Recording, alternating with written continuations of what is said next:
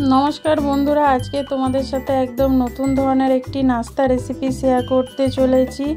आटा मयदार माने रुटी परोटा खेते डेली भालो लागे ना, एकदम नतून धरनेर एकटा नास्ता तुम्हारे साथे शेयर करছি। सेटा तोमरा बानिये देखो, खूब भालो लागबे। छोटो थेके बड़ो सबार खूब पछंद होबे। मात्र 5 मिनिटे रेसिपिटा बानिये फेलते पारबे। ताहले कि बानिয়েছি देखे नाओ और भिडियोटा प्रथम थेके लास्ट पर्यन्त देखार अनुरोध रइलो। आमी सुस्मिता रान्ना बान्नाय स्वागत जानाচ্ছি।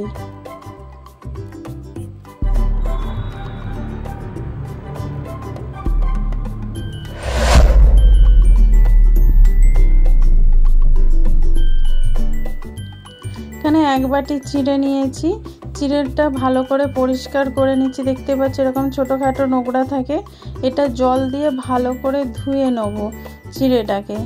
জলটা দেওয়ার পরে দেখবে জলটা কীরকম কালো হয়ে যায়, চিড়ের মধ্যে অনেক নোংরা থাকে। সেই জন্য খুব ভালো করে এরকমভাবে একদম চেপে চেপে চকুটে ধোবে না, যেরকম আমরা চাল ধুই আস্তে আস্তে, ঠিক সেরকমভাবে ধুয়ে নিতে হবে।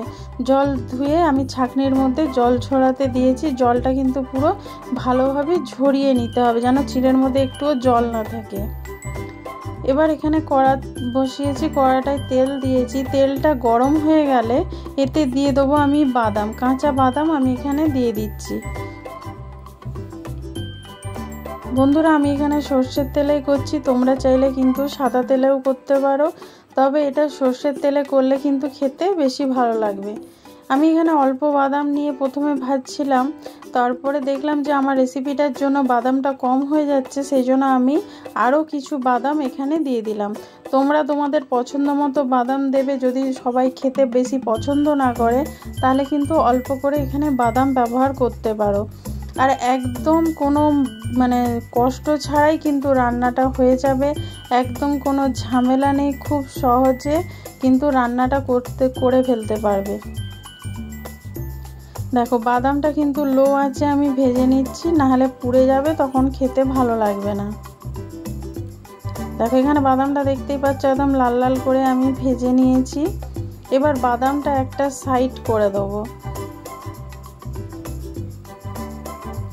এইটুকুন তেলের মধ্যে কিন্তু পুরো রান্নাটা আমার হয়ে যাবে।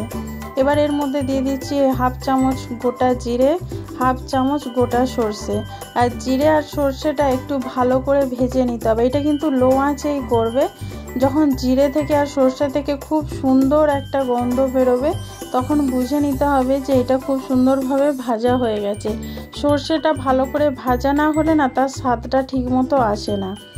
দেখো দেখতেই পাচ্ছ আমি লো আঁচে কিন্তু ভেজে নিচ্ছি। এবার এর মধ্যে দিয়ে দিলাম কিছু কারি পাতা। কারি পাতাটা দিলে দেখো এরকমভাবে তেল ছিটকায়, সেজন্য একটু সাবধানে করবে। আমি সঙ্গে সঙ্গে ওই জন্য বাদামটা একসঙ্গে মিশিয়ে দিলাম যাতে না বেশি ছিটকিয়ে আসে। এবার এর মধ্যে দিয়ে দিচ্ছি দুটো পেঁয়াজ কুচি। আমি বড় বড় সাইজের পেঁয়াজ দুটো কেটে নিয়েছি, এখানে পেঁয়াজের পরিমাণটা একটু বেশি লাগবে। দেখো এবার আমি পেঁয়াজ বাদাম যা ছিল সব কিছু একসঙ্গে লো আঁচে ভেজে নেব। পেঁয়াজটা হালকা লাল করব, খুব একদম ভেজে নিতে হবে সেরকম না, একটু হালকা লাল করে ভেজে নিলেই কিন্তু হয়ে যাবে। দেখো বন্ধুরা দেখতেই পাচ্ছ আমি খুব সুন্দর করে এটা লো আঁচে কিন্তু ভেজে নিচ্ছি। দেখো এটা একদম হালকা করে একটু ভেজে নিতে হবে। এখানে ভাজা হয়ে গেছে। এবার দুটো আমি কাঁচা লঙ্কা কুচি দিয়ে দিলাম। ঝালটা তোমাদের পছন্দ মতো কিন্তু এখানে ব্যবহার করবে।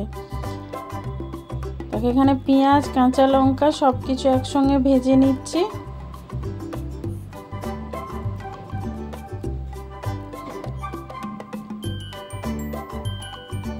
এই রান্নাটা কিন্তু মিডিয়াম আঁচেই করতে হবে।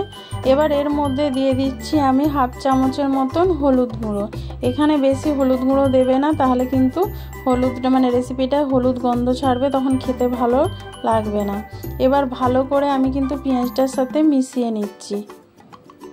দেখতেই পাচ্ছ বন্ধুটা কত সুন্দর কালারটা এসেছে, একদম হলুদ পেঁয়াজ লাল বাদাম কত সুন্দর কালারটা এসেছে। এবার এর মধ্যে দিয়ে দিচ্ছি আমি চিড়েটা যে জল ছড়িয়ে রেখেছিলাম সেই চিড়েটা দিয়ে দিলাম। দেখো তোমাদেরকে ভেঙে দেখাচ্ছে, দেখছো কত ঝরঝরে হয়েছে, একদম চাল যেরকম আমরা করি সেরকম পুরো ঝরঝরে হয়েছে। এরকম ঝরঝরে কিন্তু তোমাদের চিড়েটা করে নিতে হবে, একদম জল রাখা যাবে না। এবার লো আঁচে কিন্তু এটা প্রথমে নেড়ে নিতে হবে। যখন এটা ভালোভাবে মিশে যাবে তারপরে কিন্তু তোমরা মিডিয়াম আঁচে এটা একটু ভেজে নেবে। দেখো এই মেশানোর সময় কিন্তু আমি লো আঁচে করছি, কেন মিডিয়াম আঁচে থাকলে চট করে কিন্তু নিচে লেগে যাওয়ার ভয় থাকে। তারপরে এরকম মেশানো হয়ে গেলে কিন্তু তোমরা মিডিয়াম আঁচে ভেজে নেবে।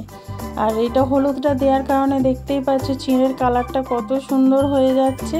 এরকমভাবে বানিয়ে কিন্তু তোমরা অফিসের টিফিনে বা স্কুলের টিফিনেও দিতে পারো, সকালবেলা বা সন্ধ্যাবেলা জল খাবারেও বানাতে পারো। এবার দিয়ে দিচ্ছি স্বাদ মতো নুন, তারপরে দিয়ে দেবো একটু স্বাদ মতো চিনি। চিনিটা যদি তোমরা কেউ পছন্দ না করো বা কারোর কোনো অসুবিধা থাকে তাহলে চিনিটা এখানে অ্যাভয়েড করতে পারো, চিনি না দিলেও কিন্তু এখানে চলবে। আমি এখানে হালকা করে একটু চিনি দিচ্ছি, মিষ্টি মিষ্টি না একটু হলে খেতে ভালো লাগবে, যেহেতু চিঁড়ে, সেই জন্য আমি এখানে চিনিটা ব্যবহার করলাম। এবার ভালো করে মিশিয়ে নেব। আমি কিন্তু এবার রান্নাটা পুরো মিডিয়াম আঁচে করছি, লো আঁচে আর করছি না, যেহেতু আমার ভালো করে মিশে গেছে তেলটার মধ্যে, সেই জন্য আর আমি লো আঁচে রান্নাটা করছি না। এবার আমি মিডিয়াম আঁচে রান্নাটা করে নিচ্ছি। এবার এর মধ্যে দিয়ে দিচ্ছি হাফ পাতিলেবুর রস। এই পাতিলেবুর রসটা দেওয়ার কারণে কিন্তু এই চিঁড়েটার একদম স্বাদটাই পাল্টে যাবে। হ্যাঁ বন্ধুরা, আজকে আমি বানিয়েছি কান্ধা পোহা, যেটা সব জায়গায় খুব ফেমাস, খুব খেতে পছন্দ করে সবাই। এটাই তোমরা কিন্তু বাড়িতে খুব সহজে কম উপকরণ দিয়ে বানিয়ে ফেলতে পারবে কান্ধা পোহা। এরকমভাবে বানিয়ে গরম গরম সার্ভ করে সবাইকে একদম খুশি করে দিতে পারবে। বাড়িতে কেউ এসে গেলে চট করে বানাতে পারবে, অফিসের বা স্কুলের টিফিনে দিতে পারবে, সকাল সন্ধে জল খাবারেও কিন্তু এটা বানিয়ে ফেলতে পারবে। এতটাই সুস্বাদু লাগে খেতে আর এত কম সময়ের মধ্যে হয়। তবে এটা কিন্তু একদম যখনই সার্ভ করবে গরম গরম খাবে। এই ভিডিওটা যদি ভালো লেগে থাকে লাইক কমেন্ট শেয়ার করো। নতুন বন্ধু যারা দেখছো চ্যানেলটা সাবস্ক্রাইব করে বেল আইকনটা ক্লিক করে দিও।